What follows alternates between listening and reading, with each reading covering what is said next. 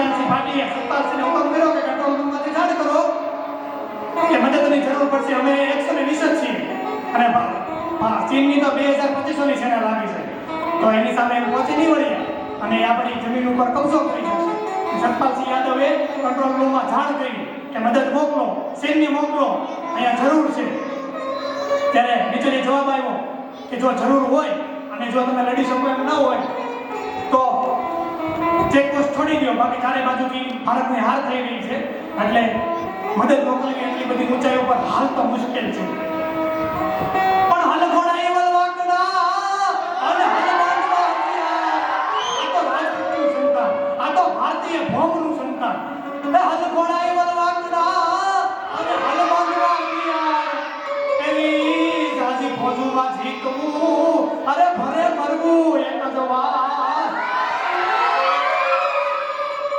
હવે ચેતનસિંહ ભાટીએ નથી કરી લીધું, ભાગવું તો મારી ભૂમિકા છે, ભગાય નહીં. અને તેથી એમાં લગભગ બધા બિહારના યાદવો એટલે બિહારના આહિર સમાજના બધા સૈનિકો એમાં હાજર હતા. એટલે એને ચેતનસિંહ ભાટીએ હુકમ કર્યો, એ મેરે આહિરો, હે મેરે યાદવો, ચીન ने ऊपर से हमला कर दिया અને अपने पास सेना कम है, उसके मुकाबले अपने पास हथियार भी कम है, क्या करें? नीचे से हुक्म आ गया, लौट जाए या इनके सामना करें. और मैंने जब ये वर्दी पहनी थी तब मैंने तो प्रतिज्ञा की थी कि जब तक ये मैंने वर्दी पहनी है तब तक मैं दुश्मन को पीठ नहीं दिखाऊंगा. એટલે મારા લોહીની અંદર, મારા શરીરની અંદર લોહીનો એક એક બૂંદ છે ને ત્યાં સુધી હું તો પીછે હટ નથી કરવાનો, મેં તો નક્કી કરી લીધું. અને તે દિવસે 120 માંથી 114 આહીરો એક સાથે જવાબ દીધો કે હે ચેતનસિંહ ભાટી, તું ભારત માનું સંતાન હોય ને તો હું ભારત માનું સંતાન છું. આજે માટી થઈ જવું છે, પણ જ્યાં સુધી અમારા ખોડિયાની અંદર પ્રાણ છે ત્યાં સુધી આ લુચ્ચા ચીનીને એકને પણ ધરતીની ઉપર પગ મૂકવા દે તો અમારી જનતાનું ભાવણ ના ચડનાર. અને ભાઈ થાણીપુર ગોળીબાર કર્યો ભાઈ, વાત કરી તો અતિશય યોગ્ય લાગે પણ સત્ય ઘટના છે. આજે પણ બીજા પેલા ધામ આખું ત્યાં ઊભું છે, ત્યારે કોઈને જવાનું થાય તો જાજો જોજો, આપણને ખ્યાલ આવશે.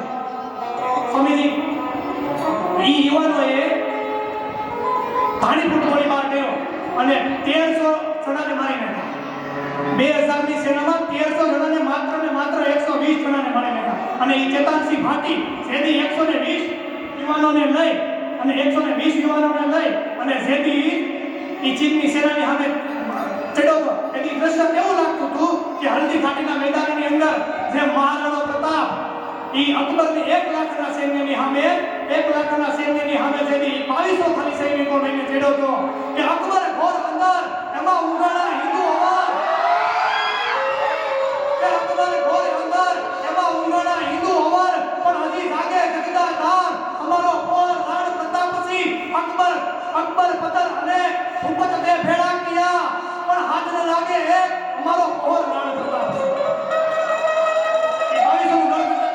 22,000 લઈ અને જેથી એ અકબરની સેનાને મહારાણા પ્રતાપ ધમરોળવા નીકળ્યો. એમાં કો રાજદૂતે આવી અને અકબરને એમ કીધું, ઓલા મહારાણા પ્રતાપને એમ કીધું, એ મહારાણા પ્રતાપ, જો તારું મેવાડ બસાવવું હોય ને તો એકવાર તો અકબરને સલામ કરી દે, તારું મેવાડ તને જાતો કરી દે. અકબરે કીધું તું એ નથી કરવી કોઈની હાજરી,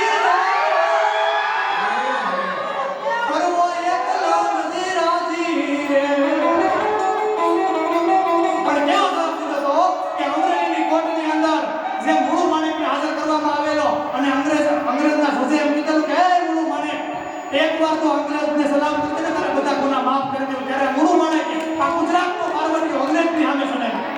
આ બધાની વાત કરવા દે તો હોવાર પડે, પણ ટૂંકમાં બધાને યાદ કરી લઈએ કે અંગ્રેજની સામે મૂળું માને પડેલો અને અંગ્રેજની કોર્ટમાં જેને હાજર કરવામાં આવેલો અને તેથી કીધેલું કે તો અંગ્રેજને સલામ કરતે તારા બધા ગુનાહ માફ કરી દઉં. પણ તેથી મૂળું માને કે કીધું કે મૂળું ઊંચે હાથ અને બીજો તલવારે તવા, મૂળું ઊંચે હાથ અને બીજો તલવારે તવા, વોચતો તુજો કોઈ અંગ્રેજ બોલા તને સલામ દો. આ ધરતીની કુમારી છે, અમે ભારતના દીકરા છીએ, અમે ભારત માના સર્વે છીએ, એટલે નથી કરવી કોઈની હાજી રે ગાંધી રાજી અકબર તું સલામની આશા એ રાખતો હોય ને રાખજે બીજે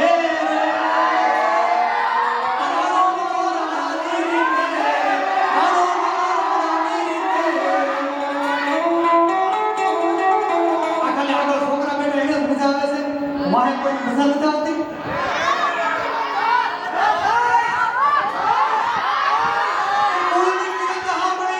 અને જેને મનમાં નહીં આવે મોજ આવી આ દેશની સહાદરની વાત સાંભળે ને મનમાં મોજ ન આવે એના માટે કે કુળની કિરત સાંભળી અને જેને મનમાં નહીં આવે મોજ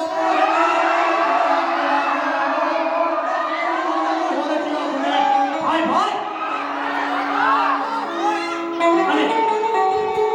અને આવો ચેતનસિંહ ભાટી ભાઈ અને જેથી હલ્દી ઘાટીના મેદાનની અંદર મહારાણા પ્રતાપ 22 સૈન્ય લઈને ચડેલો અને એ દ્રશ્ય કેવું નિર્માણ પામેલું ત્યારે કેવું હોય તો એ શબ્દમાં કેવું હોય ત્યારે રડી હલ્દી મેદાન માથે એવા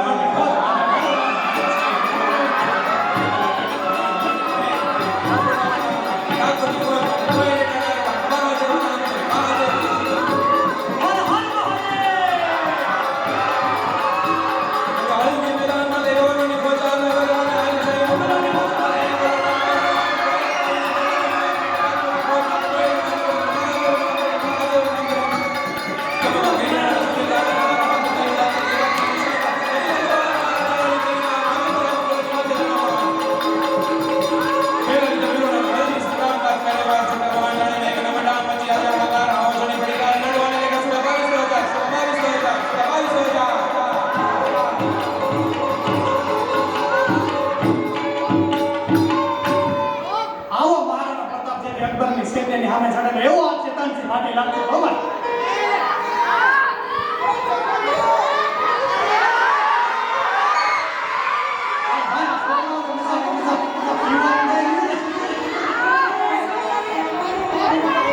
કે ગળા વગર ગવાય નહીં, દાંત વગર ચવાય નહીં, અમુકના ઘરે જવાય નહીં, અમુકને ઘરે લવાય નહીં,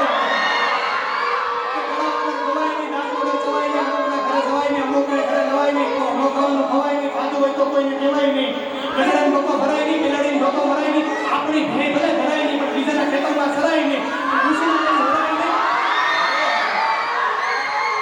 છોકરો મને પૂરું બોલી તો કરવા દો. બેકાર ઓળખો કરો, અમને નથી મજા આવે.